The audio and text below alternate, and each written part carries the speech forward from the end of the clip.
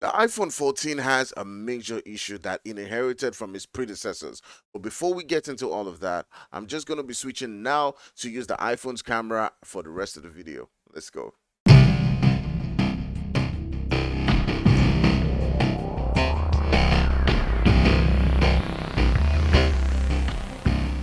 Now, I spent some time yesterday testing out the iPhone 14 on several different games like PUBG Mobile, like Apex Legends, and even Genshin Impact. And one of the things that I wanted to do was to test how well those devices were going to perform. But before we go into the issues, I want to touch on several things that I do believe that they have improved.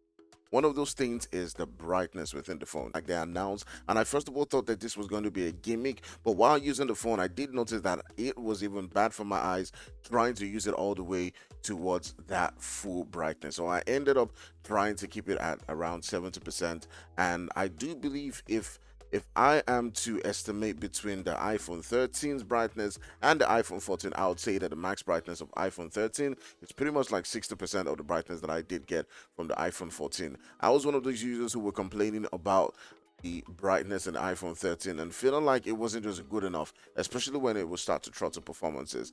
It would just reduce the brightness by about 50%, and that was a major issue for me. The next thing I want to talk about is the battery life. The battery life was a lot better on the iPhone 14 for me because I was able to use it and play games for more than 7 hours before I started to see it go down below 30% and I had to plug it in the charge. But then I was already done doing all my testing and it just lasted way longer than I thought it would. Now, onto what I think is a major issue on the iPhone 14. You see, the predecessors have had this issue for a really long time, and that is thermal throttling.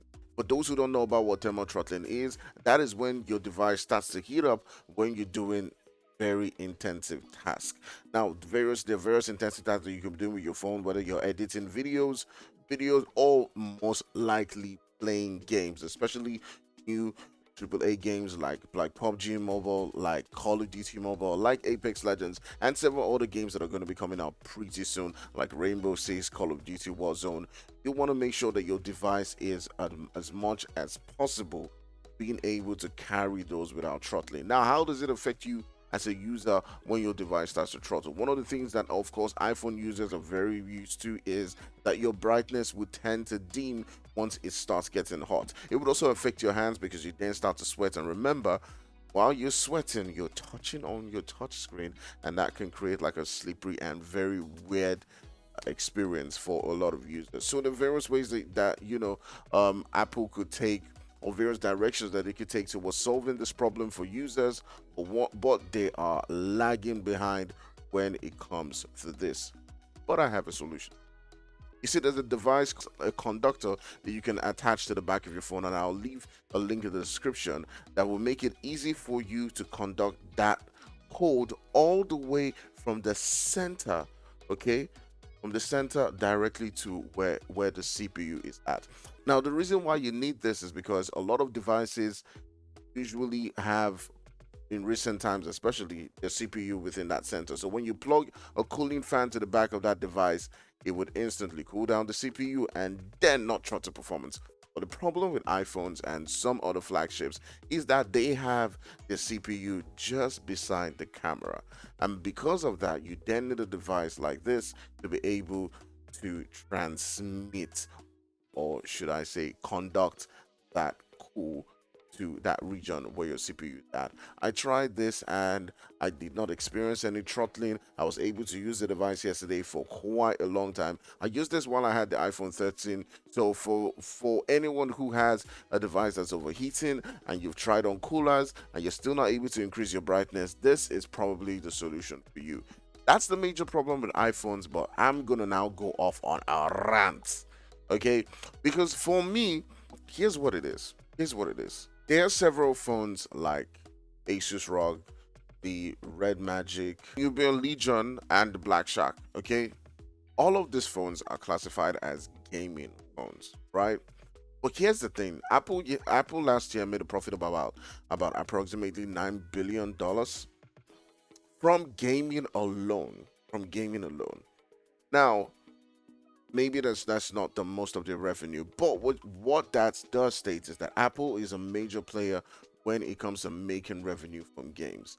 And this is just software alone. Don't talk about the amount of people who are buying the Apple devices because they know that these are one of the best devices when it comes to games. But Apple is notorious for not being able to manage demos on their phone and throttling performances when device gets heated up. Now, I do understand this on regular usage. If your device gets heated up and you're doing something like WhatsApp or watching videos, that's okay. But when you're playing games, it is battle royale. You're on the battleground. You want to make sure that you have the best performances. People are not buying the iPhones to manage or take things easy and all that stuff. You want to buy the best device for gaming.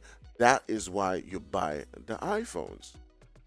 Now, for me, what I would suggest to anyone who's out there in Apple is to take a hint from a lot of other devices like the Asus ROG, okay, who have the CPUs within that center. They also offer cooling fans that are able to, of course, cool down that CPU. Why should Apple take this serious? You have to look at where the money is. You have to look at where they're really making a lot of money, collecting that 30% revenue from a lot of games. And there's a lot of people buying Apple devices now for gaming, and gaming on your mobile phone is becoming really mainstream. That's where things are beginning to go to. So if Apple wants to continue to improve gaming performances, they have to now start looking at peripherals. Now, I do know, and although I would do a little bit more research and put a link in the description onto this particular information, but I do know that Apple's working on gamepads. They recently endorsed the Backbone gamepad as one of the official Apple gamepads that you can use. I personally have one, and I really love this device because I feel like it really helps you get that switch experience on your iPhone.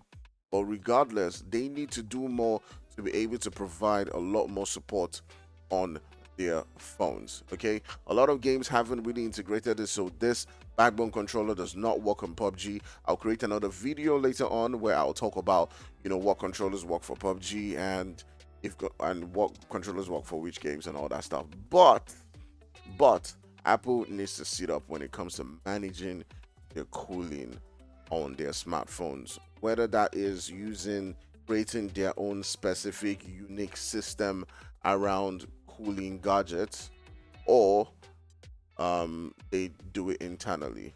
Never really know. Nubia Red Magic took a different direction. They have a fan internally within their device.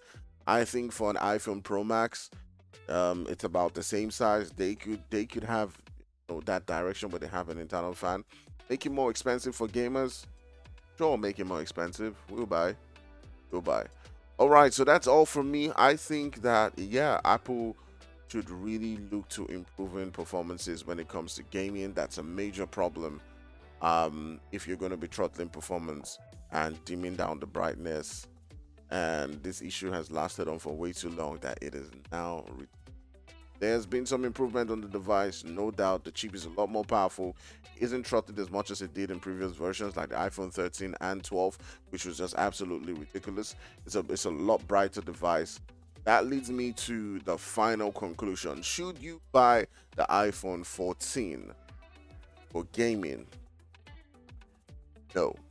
If you're able to get yourself a cooler and the conductor that I shared before, you can get and unlock the highest peak performance on the iPhone 13.